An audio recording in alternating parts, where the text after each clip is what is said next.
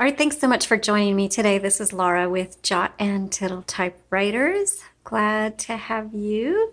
I'm going to show off a 1960s Smith Coronet Automatic 12.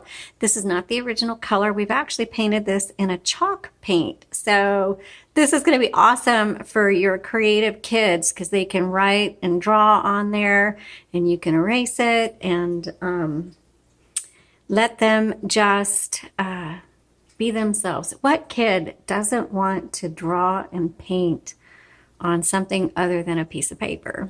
I know I did.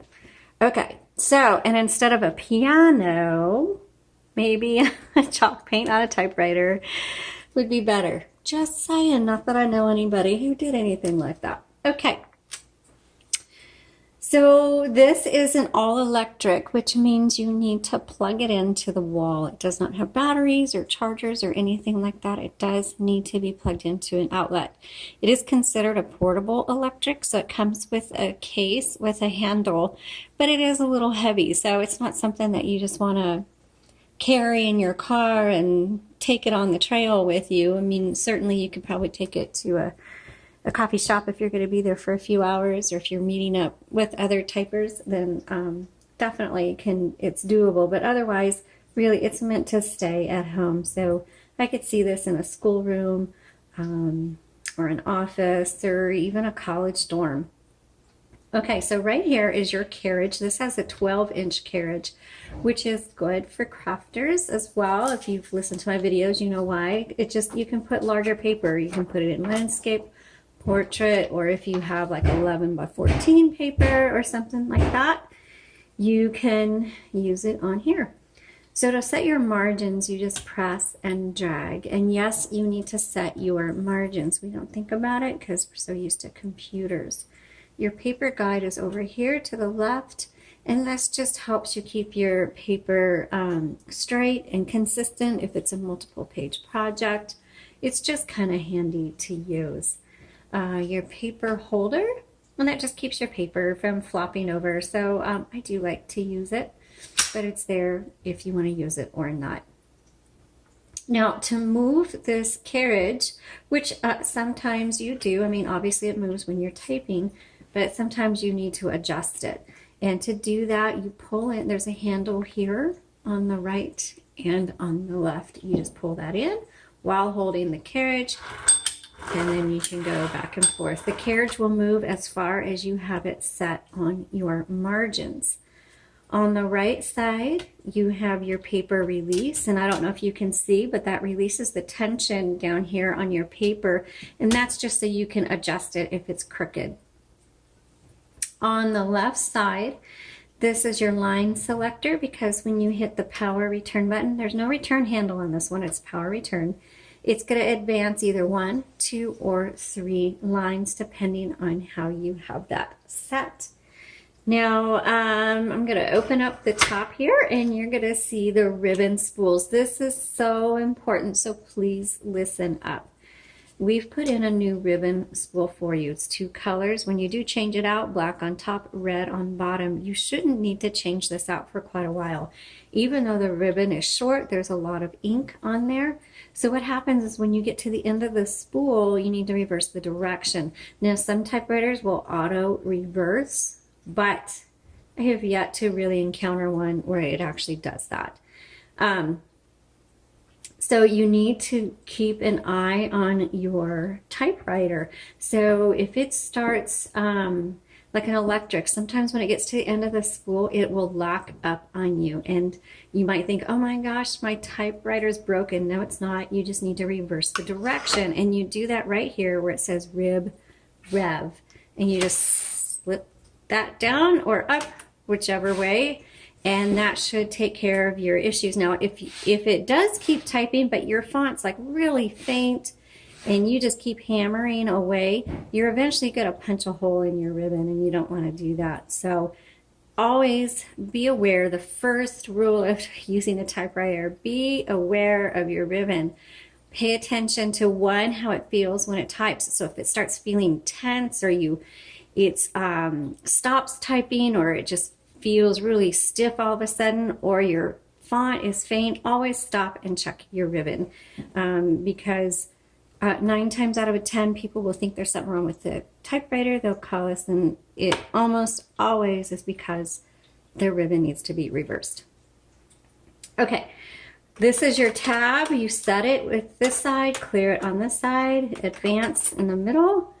MR is margin release. So that is when you get to the end, you're going to hear of your margin, you're going to hear your bell, and your bell tells you, hey, you're at the end of the line. I'm getting ready to stop on you.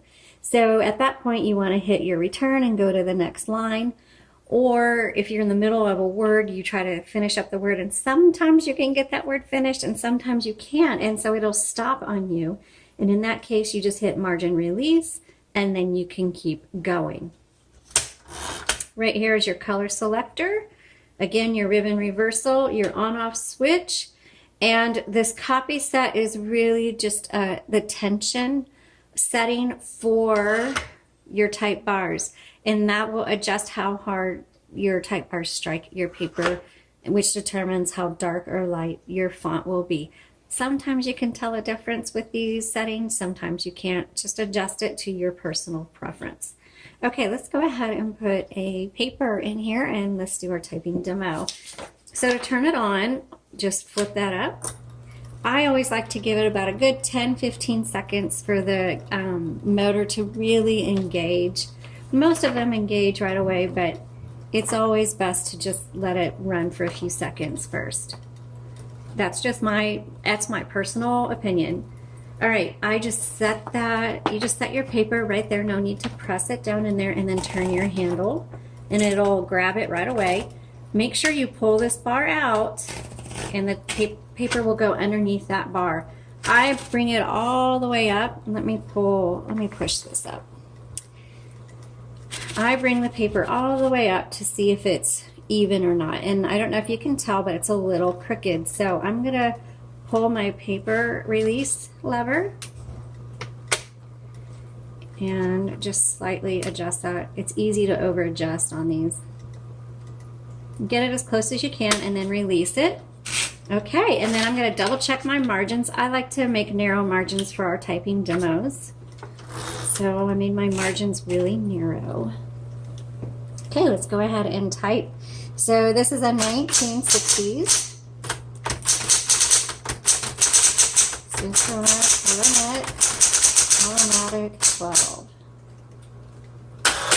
That's a real nice font. I like that. And let's test each key out, see how that does. All right, I have it, it's set on 1, which is a little too narrow. So I'm gonna put it on 1.5, and let's see how that does. Much better.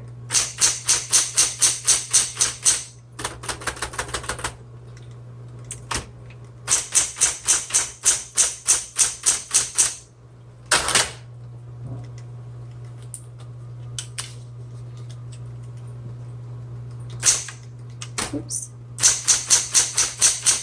So the nice thing about electrics is it's great for kids because it's so easy to type on. It's much closer to what it would be like with a computer. And so for those with teeny tiny hands, or you're a fast typist, then electrics are really good. They're good what I consider everyday typewriters.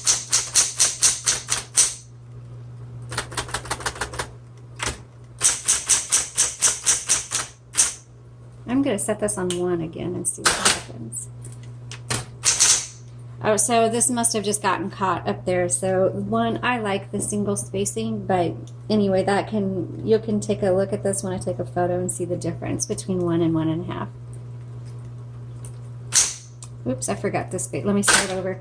Okay, so the thing about typewriters is there's no erase button. There is a backspace button right here. So you can backspace and then you just type over, or you just go to the next line. So typewriting is very messy, and you know what? It's okay. So you just X or cross through your mistakes or go to the next line. You can use a pencil eraser to erase, Just be careful not to get all that stuff down inside of there if you do blow it out. There's also correction liquid. I think they still have that around, but just know that working on a typewriter is imperfect. Okay.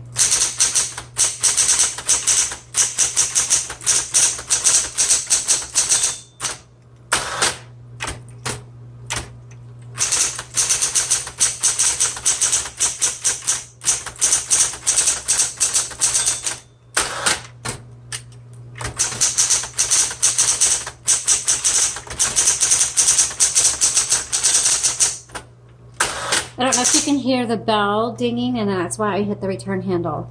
I'll try not to hit the return handle this next time so you can see how the margin release works.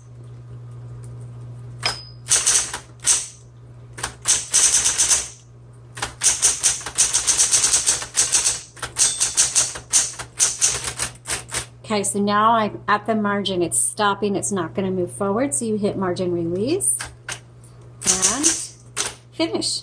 So that's how that works. So this actually works pretty well. I would say this is going to be really good for a family who has maybe multiple people interested in typing. You've got kids. This can handle your kids. I wouldn't say this is a book writing typewriter. I mean, if this is what your budget can allow, it will. You can do it. It's just I like to look for book writing. I like to look for something that really has an easy flow, and you can just kind of get into the things. This is just this is a good like paper writing, journaling, poetry. You know, school reports, letters. That's what this typewriter is going to be good for. And then remember, on this particular one, this is a chalk paint, so you can doodle on it as well. If you have more, if you have an interest in this particular one, please check out the link in the description below. I will have photos of this font and also the inside of the typewriter, so if you even need it for reference. Thanks so much for watching. You all have a great day.